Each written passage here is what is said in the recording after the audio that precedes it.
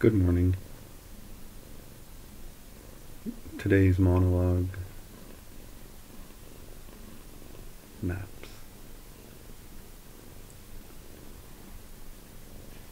My relationship and fascination with maps goes back many years.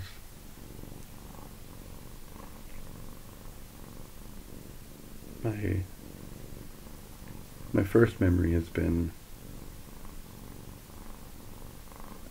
about grade 5, grade 6. I noticed while I was getting quite just bored and disinterested in work at school. I wanted to know more about science and I wanted to do more art. Fortunately, I was in a split grade class, so I really paid attention in the older grade. Would learn and review their homework from the previous day on their science units.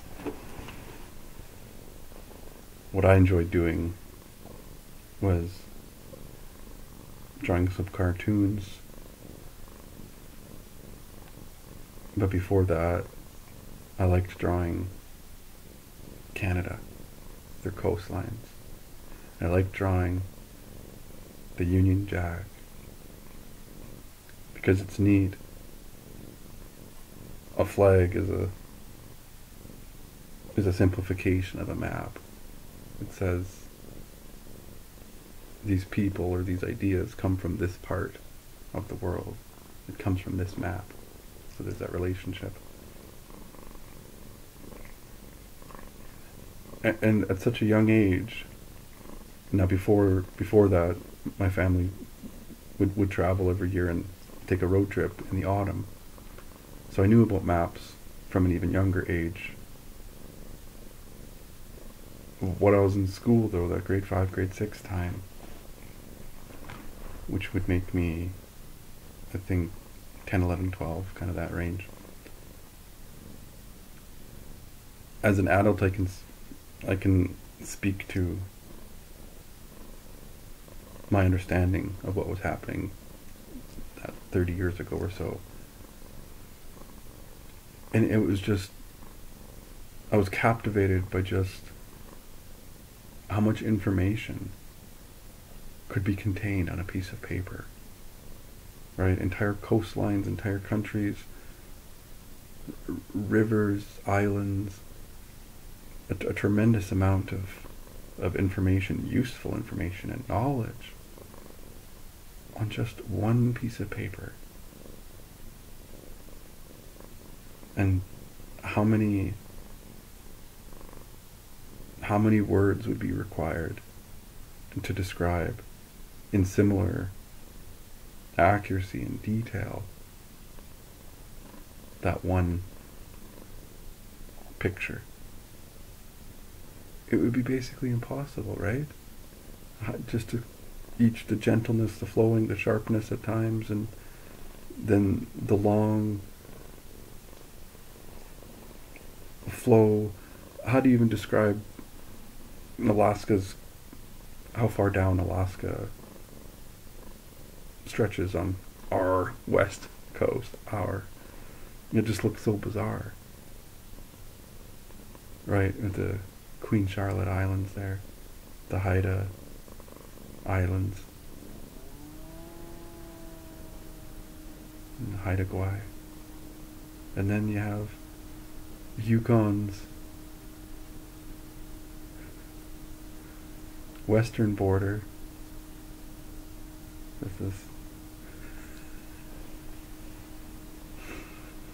I'm sure it's following some degree of longitude. Then it's going to be bumpy at the top for the Arctic coastline. And there's these different shaped islands. I think Victoria Island it's called. It's one of the larger ones, because there's all kinds of islands and stuff up there, but we're only able to usually understand the South here, we're only able to really understand and get an appreciation of the big ones. But I think it's Victoria Island. To me, it's shaped like a bird. It's kind of in flight. And there's a couple more way at the kind of 80 degrees latitude. And then coming down on the east side, of course, we have Baffin Island. It's long, and it's longer than it is wide.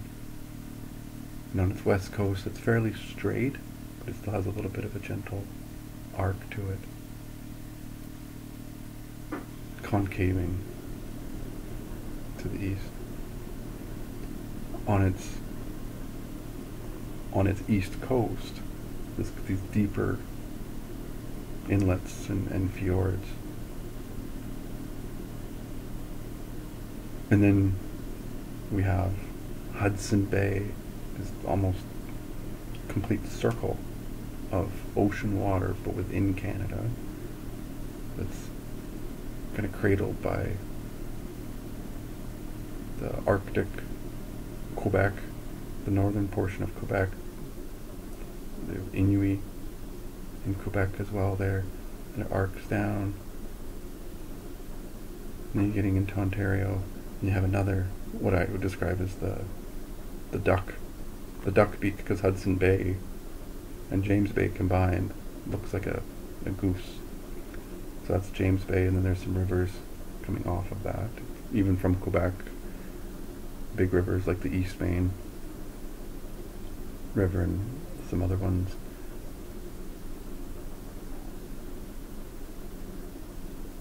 And Hudson Bay continues and it starts to arc up, and now you're into Manitoba. Continues, starts to arc, and now you have Nunavut territory. So it makes almost a complete circle. Most of it in the James Bay in the south.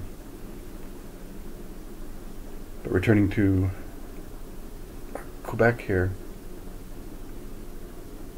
Quebec doesn't have too much of an Atlantic coast or Arctic Ocean border. They have a little bit at the top, but most of it is actually Labrador. And so you have, again, the fjords and inlets of an Atlantic coastline, and straight lines for Labrador's border, and you can see some of the fingers, and Labrador has a lot of hydroelectric power, which they sell to Quebec at a embarrassingly low rate, because Quebec says these are the rates, and when we negotiated these rates in the 50s or the 60s,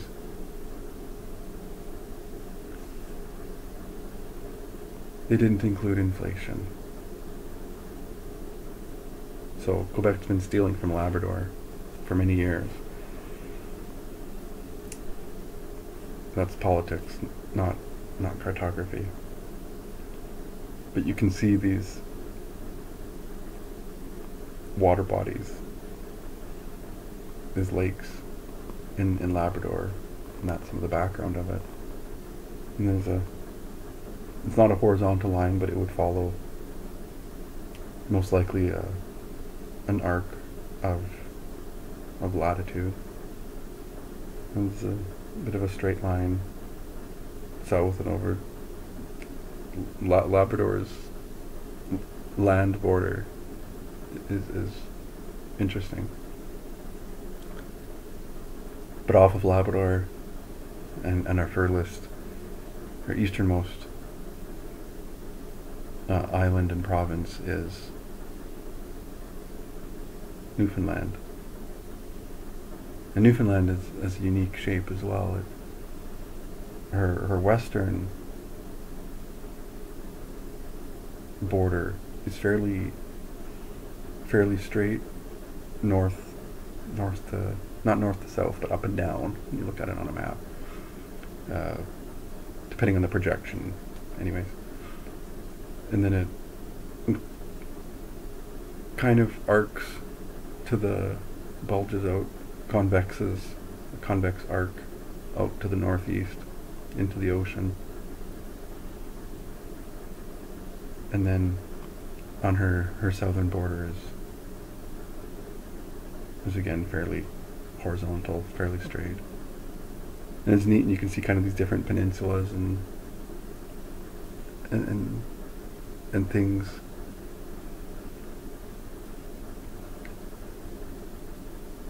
South of Newfoundland and Labrador now is just water, because it's an island, and you're getting into the Gulf of St. Lawrence, and you have Nova Scotia. In the north of Nova Scotia is Cape Breton, kind of a subset of the province. And there's a little lake, and well, little for me, but on a national scale, but it would be fairly large to be there in person, and it's called Golden Arm or Prat d'Or. Beautiful name.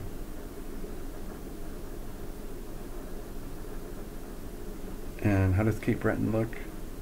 It's a bit fuzzy for me. I think there's a lot of estuaries in there. And so it kind of looks like a mostly closed fan. And that's in the northern part, in the northeastern part of Nova Scotia. And then there's a bit of water that separates, but not entirely, that separates that northern Cape Breton portion of Nova Scotia to the rest of Nova Scotia. And then Nova Scotia kind of arcs down and it makes a bulb, almost like the bulb of the ship's bow, appropriately, in the south. And there's a little wedge, a little inlet. Doesn't go in, well, it does go in, I guess, on the map pretty far, but it doesn't connect. I don't know how to describe that, but yeah, there's a bit of an inlet, a wedge, in the southeast portion of Nova Scotia, riding that bulb. And as you continue that bulb, now you actually have the United States to your west, which is a bit peculiar. Not too many places in Canada is United States west. Usually it's to the south. And that comes up. And you get the Annapolis Valley. And Nova Scotia is almost an island to herself. But there's just this little band of land that connects her to the continent, to mainland, which would be next province would be New Brunswick, which is to Nova Scotia's east. And New Brunswick is kind of blocky. It's just at the tip of sharing the Gaspé Peninsula almost with Quebec and the Maine to the south and west of New Brunswick.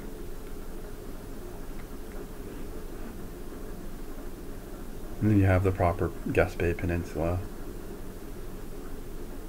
But before you get there, you have the little, almost forgotten province, the smallest province. Hi, Prince Edward Island. Even in Confederation, the cartoons were neat. There was a little cartoon of Britain kind of almost asking the other province to, like, take care of my baby. And Prince Edward Island is just this almost a little horizontal bow.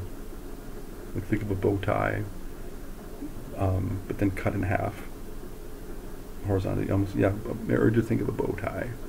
That's just stretched out a little bit.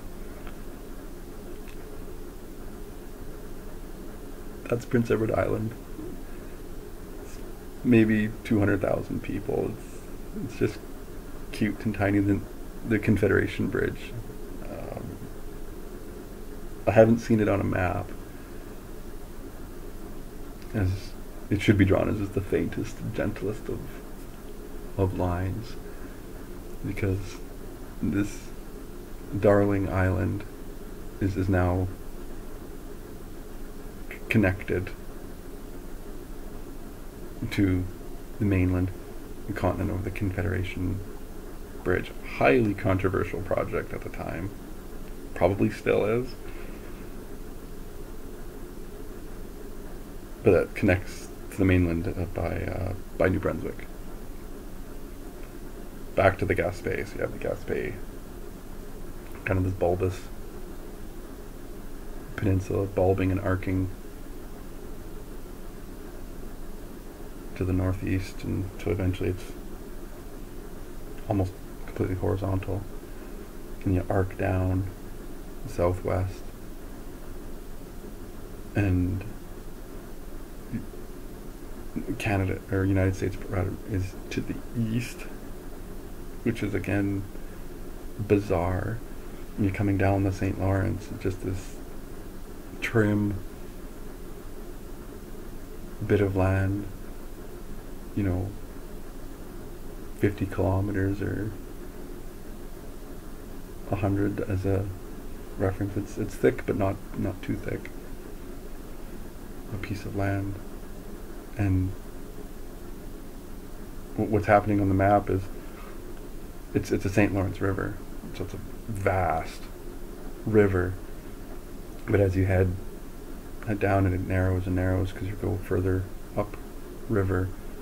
So you have Quebec and Quebec City eventually on the north side, and then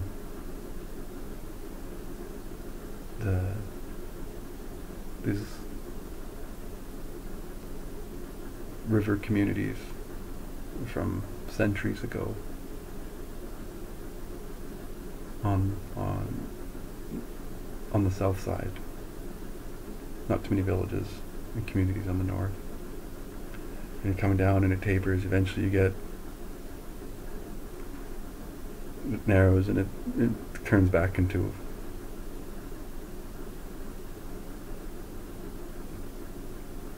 kind of river size. Because eventually the St. Lawrence is massive on a map. It starts to look like the ocean if you're not familiar.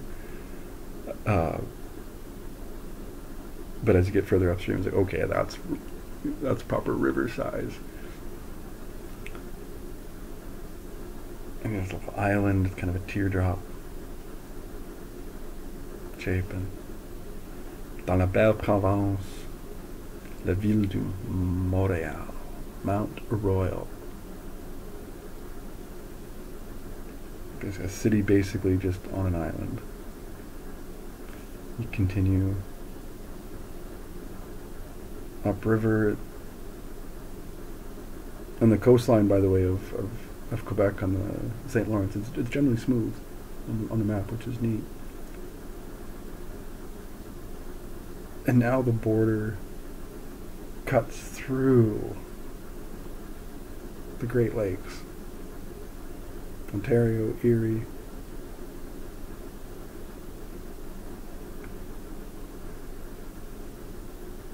Niagara Falls. Continues west.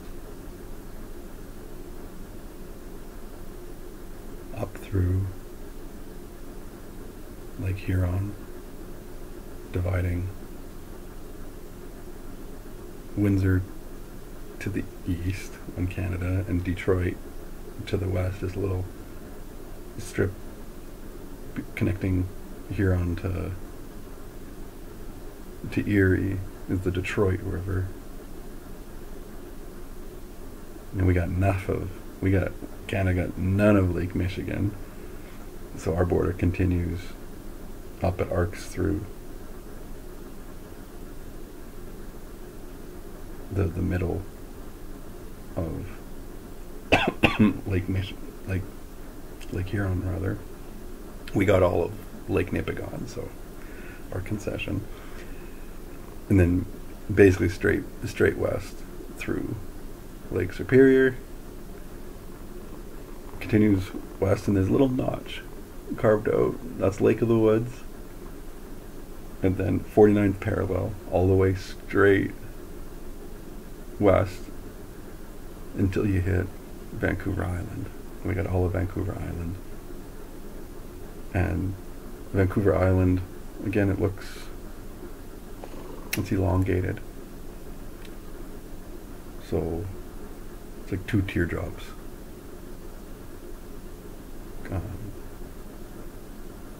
How do you describe? Looks like a seed. It looks like a wheat seed. So kind of long and stretched, rocky, fjorded coast on the west, and a little bit more gentle and smooth on the east, and all of our west coast, which is also affectionately known as the wet coast, because that part of the country gets so much rain owing to the coastal mountains. It's deep fjords, where fjords and islands almost merge. There's just such change in elevation, such rocky terrain, and it's covered, of course, with spruce and sitka and cedar and all varieties of mosses and lichens, and it's just incredible. And we get up about halfway up our British Columbian coast, and then you have the manifest destiny of the Americans coming down, where half of our BC coast is actually Alaska. It's fascinating. Haven't mentioned all the provinces yet, but that's the outline, and that's what I would draw as a 10, 11-year-old. My foray into maps, and the time it took me to orate this with words. I would do sometimes by memory, sometimes by just copying. It was a wonderful experience for me. I enjoyed it so much, and it continues to this day. Maps are obviously, I can speak for a very long time, and there'll be other talks about this subject. Maps. Why are they so important? Are there other maps? What makes a map? Right? Is it different from a cartoon or a diagram or a schematic? And yes, of course it is. That's why we have these different words. Does the average or common or lay person understand these differences? No, of course not. We need the occasional expert or master or lover of maps to continue the tradition of understanding these subtle differences, and continue the tradition and practice of making, sharing and honoring the knowledge and the wisdom of maps.